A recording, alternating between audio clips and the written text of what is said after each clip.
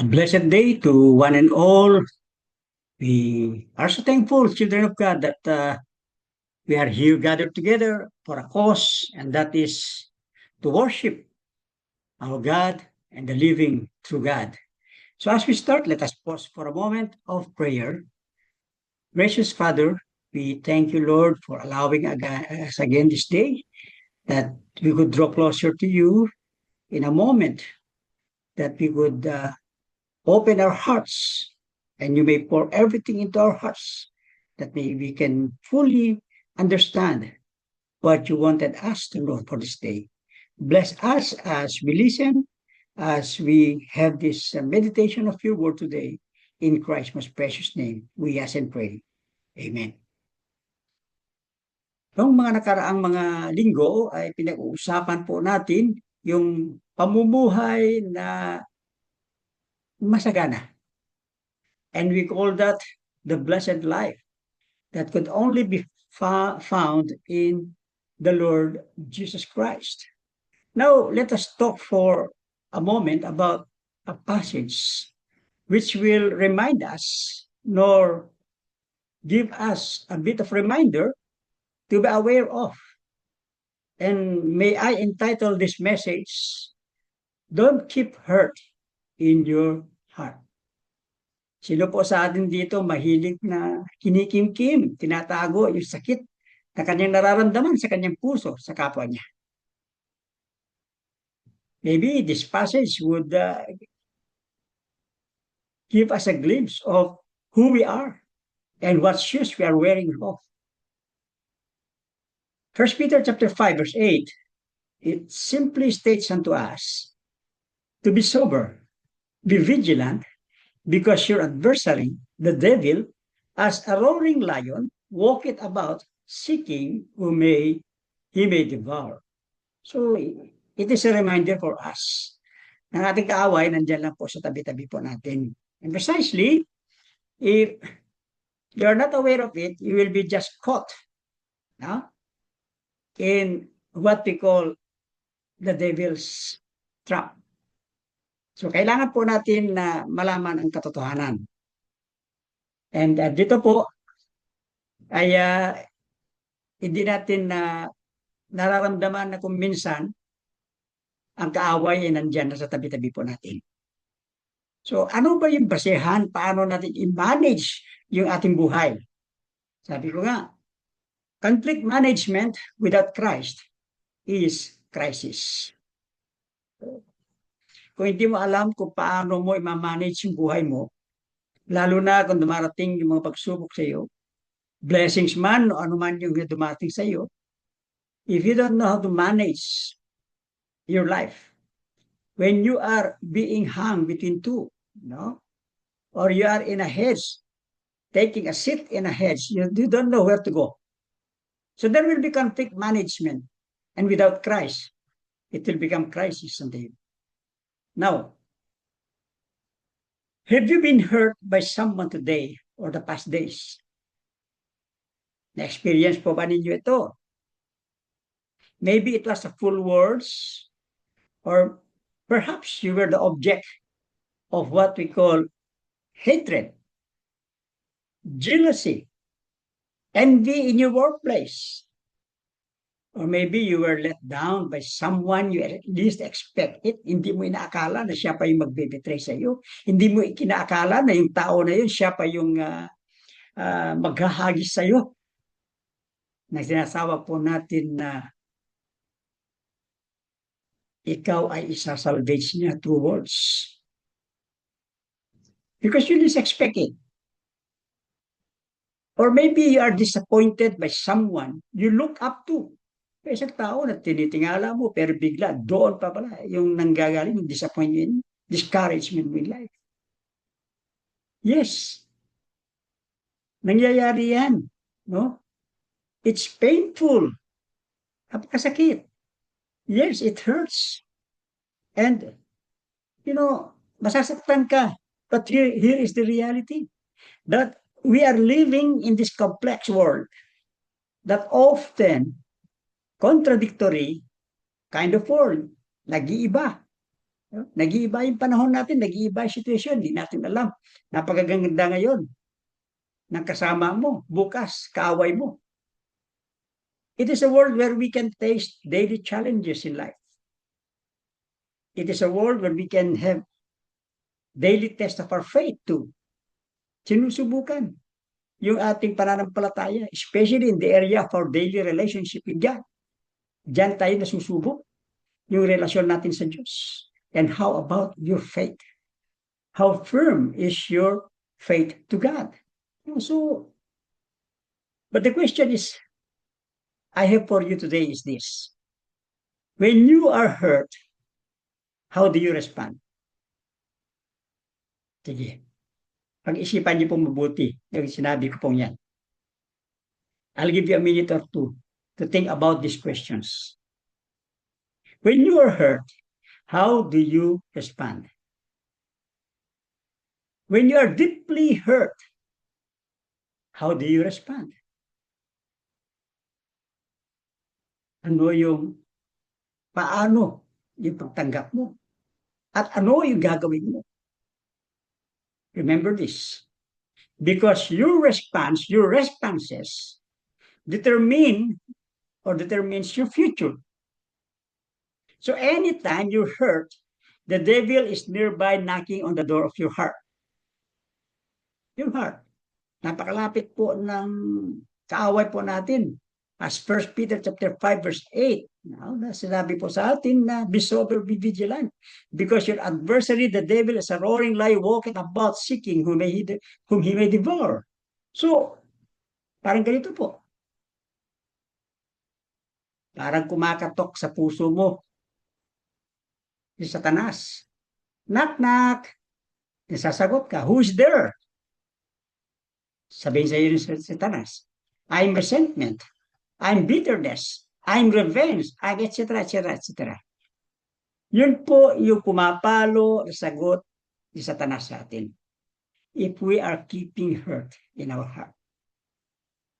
That is why, dalawang bagay po ang nais ko po na inyong malaman ngayong araw na ito. And I would like to share to you that you have to deeply concentrate on this. Conflict management without Christ is crisis.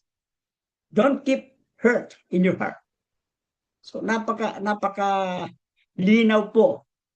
Because what kind of heart do you have? A heart filled with hurt is the devil's workshop. Yan po yung gusto-gusto ng kalaban po natin. And what is the primary interest of the devil in your life? Number one, to attack your relationship with God.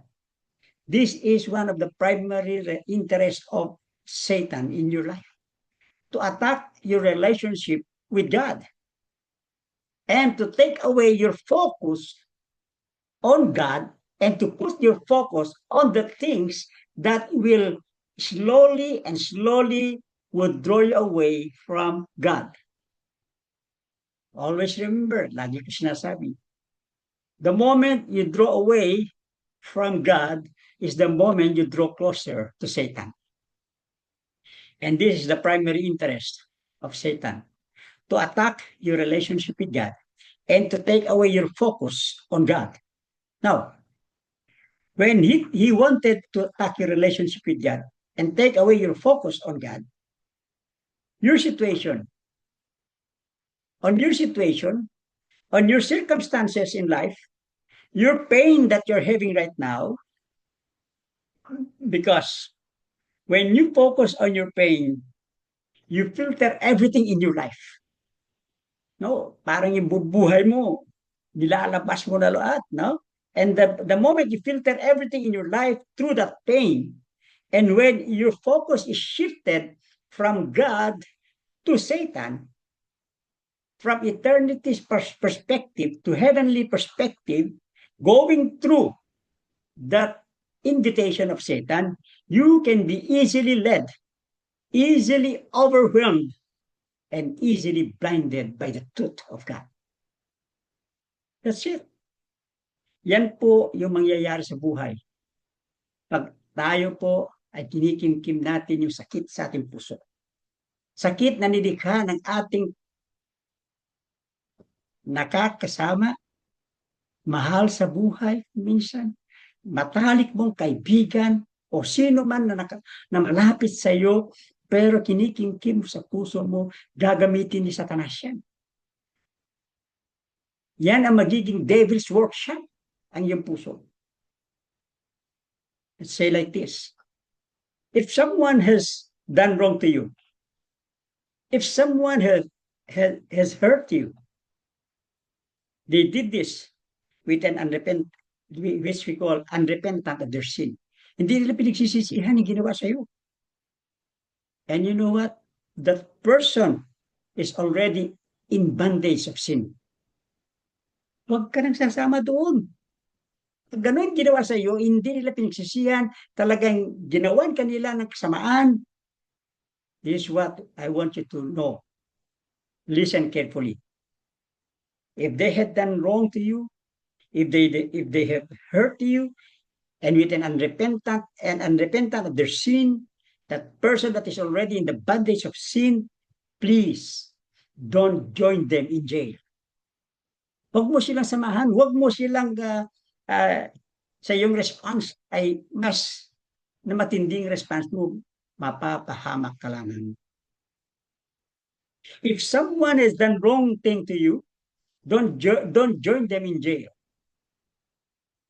If someone hurt you with lies or lies against you, falsely accuses you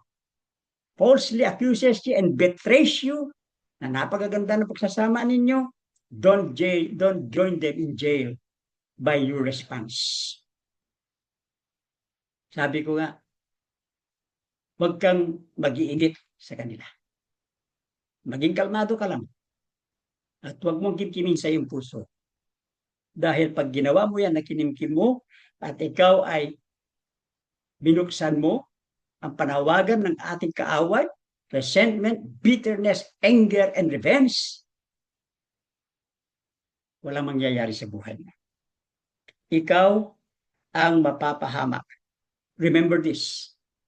The standard of God's word says, when it happens that somebody had hurt you, had caused pain in your life, then something that you can't easily forget in your entire life, the standard of God's word says, release forgiveness. Release forgiveness and leave it for God. That's the best thing you can do. Because your heart has been filled with hurt and it is the devil's workshop.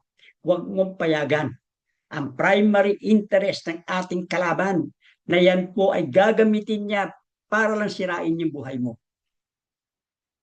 And number 2, not only that our heart has been filled with hurt and it will become the devil's workshop, harboring pain which others have inflicted on you is actually inflicting more pain on yourself. Alam mo, pag ganun, hinaharbor natin, alam mo, harboring. Yung may mas malala pa na word sa kimkim eh. Hindi mo lang kinikimkim. Itinatago mo sa puso mo. Ha? Alam mo, pag may galit ikaw, may sama ng loob, tago sa puso mo. Sino ang magkakaroon ng sakit?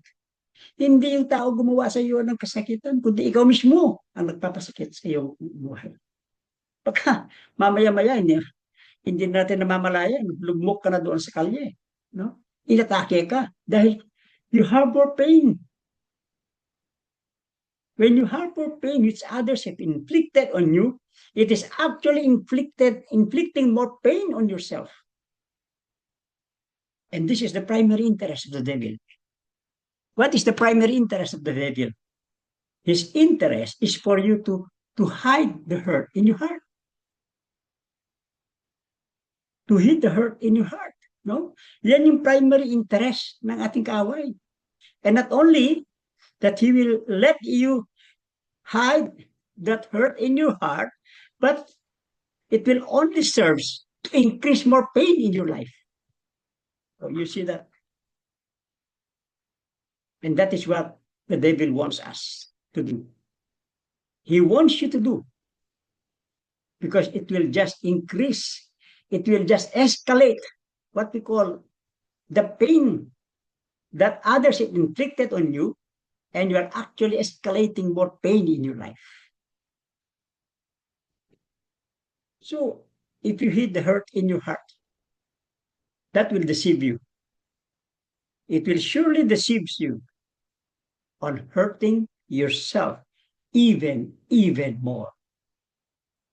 Ikaw na mismo papatay sa sarili mo. When your response is bitterness, when your response is offense, when your response is malice, anger, revenge, sino ang maging kawawa? Ikaw mismo. Why? And while doing those offense, malice, bitterness, response is revenge, no? You are the devil's workshop. And the devil is actually smiling at you. Why? Because the devil had fulfilled his purpose of taking out from the will of God. Yan yung gusto niya. Yan ang gusto ng ating kaaway. Na itago natin yung mga nandyan na sakit na nadarama natin. Your present situation, God, the devil wants you to hide it on your heart. And he will fulfill, he will have the joy of looking at you because his purpose of taking out of the will of God nangyari. You know, not only that the primary interest of the devil is for you to hide the hurt in your heart, but to fall into his trap. Do you see that? 1 Peter 5:8. Be sober, be vigilant, because the adversary, the roaring lion, is looking for something or is looking for you that he may devour you. And the moment na ikaw po ay pumasok sa bitag ng ating kaaway, you fall into his trap. And it takes the maturity that comes from, yung maturity mo, nawawala na yan. Think to understand. Ito po inawawala sa iyo. Your maturity of understanding your situation will be blotted away. The way you think and understand that there is a lesson to learn in every hurt of your life. And there is an experience to gain through every pain that comes into you. Nawala na po yun. Dahil inunahan ka na. You had fallen into the trap of the devil. And the devil will surely be looking at you if you are too busy allowing yourself to meditate upon the pain and the hurt in your life. You are too busy. You are licking your own wounds. You are nursing self-pity on yourself. Seeking human sympathy. Yan po yung gagawin mo. And you will likely miss the divine lesson God wants us to learn through drawing closer to Him. No?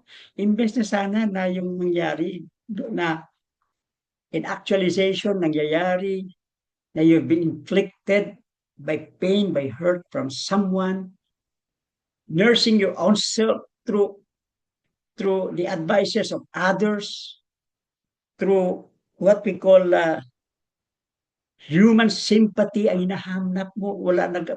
Para na nagmamakaawa ka na ikaw titingnan nila na maaawa sila sa iyo. Hindi po ganun. You will surely miss the divine lesson God wants us to learn from that pain and hurt in our life. And that is honoring our God even in the midst of pains and troubles in life. Yes, it will come. You look at Job. Ang daming pinagdaanan ni Job. From properties, from finances, from loved ones, from friends. Ang daming nawala sa kanya. And he was one of the wealthiest person in the East. Pero nawala lahat parang bula. He had a successive incident in his life. But then, he never harbored pain and hurt in his heart. Kahit yung pinakalas na nagsabi sa kanya na mismo ang kanyang asawa, he never listened to those words. He never had harbor pain and hurt in his life because he knew it will just inflict more pain on himself. But what he knows is that he never had wanted and allowed himself to fall into the trap of the devil. He never had wanted himself to be the object or what we call the tool which the devil would use. Hindi po niya pinabayaan. He always learned the divine lesson that there is behind that hurt and pain that is suffered, there is a great lesson, and that is to trust on God alone. In the midst of what we would undergo, yes, it will come, but this is what we have to do. Our primary response is this: don't give place to your heart. The pain, the hurt that you have been going through, or the breakthroughs in life, don't give place to your heart. Don't hold it to your heart, no? Wag mong kimkimin, wag mong hawakan sa puso mo. And don't keep hurt to your heart, no? Wag mo itago. Ito po yung dapat natin na isipin, no? Na kailangan wag po natin gawin yan. Don't seek human sympathy because you will likely miss the divine lesson of honoring God in the midst of your pain. So don't give place to your heart. That hurt and pain. That hurt and pain, don't hold it to your heart. Don't keep hurt and pain to your heart. So, napakaganda po. What you do is that learn from that pain, learn from that hurt, and move on. Napakasimple, di ba? Sabi ko nga eh. Actually, this is what is happening today for us. Minsan kung nandyan ay alam po natin na nandyan yung mga nangyayari sa buhay natin na nasasaktan tayo, your ego, your pride, everything. May mga tao na criticize ka, lahat ginagawa sa iyo para ilubog ka lang, no? Minsan kailangan mo lumayo ka sa kanila para hindi ka masaktan. Huwag mong pakinggan yung pinagsasabi nila. Don't mind them. Because the moment you entertain them, you are already opening your heart. And you give a place to your heart. You are already opening your heart and you will hold on what they say in your heart. And precisely, you open your heart and then you keep those pain and what you have heard and you keep them in your heart. That's it. Ito nga practically, no? Minsan, kailangan mo lumayo para hindi ka masaktan. Lalo na pag nagpiprito ka. Di ba? Subukan mo magprito at magpiprito ka ng isda. Napakainit ng mantika. Ayaw masaktan, di ba? Huwag mong iganyan yung mukha mo pag nagpiprito ka. Kaya kailangan minsan, hindi ka masaktan, lumayo ka. Hindi ka matalsikan. That's how we should manage also. Because conflict management without Christ is a crisis. So what would be our response? Our response is this. Leave it for God. Every response, take it to God. Every response, take it for prayer. Dalawa lang ay may sasuggest ko na napakaganda na gawin po natin. Hamagin ka man nila ng todo, gusto nila na sugatan ka ng todo, gusto nila na ibaw sa iyo ang sakit sa iyong puso, take it with a good response. Take it to God. Take it for prayer. I want to leave to you this message. Why do we intend to take it to God? Why do we intend to take it for prayer? Because your heart is too precious. Your heart is too valuable to harbor hurt for too long. Take care of your heart. Take care of your heart. And as Romans chapter 12, verse 17 to 21, it says, leave your battle for God. Leave your battle for God. That is why, napaka-importante po na intindihin po natin yung dapat na mga gawain po natin. Our primary response, inuulit ko po, don't give place to your heart. There is pain, there is hurt. Don't hold it to your heart. Don't keep hurt to your heart. Our response, take it to God, take it for prayer. Let us pray. Heavenly Father, we thank you so much, Lord, for being so faithful to us, reminding us that we should win over our enemy, Satan, because we know for sure that in the first place, you have won the battle for us. Surely, oh God, that it is just a reminder for us to keep away from the trap of Satan. Allow us today that as we meditate upon your word, may we glorify you in the midst of it. We thank you so much and we bring back all the glory, all the honor in Christ Jesus' precious name. Amen. Magandang araw po sa bawat isa at malapit na pong December. Merry Christmas and a Happy New Year to one and all. God bless po.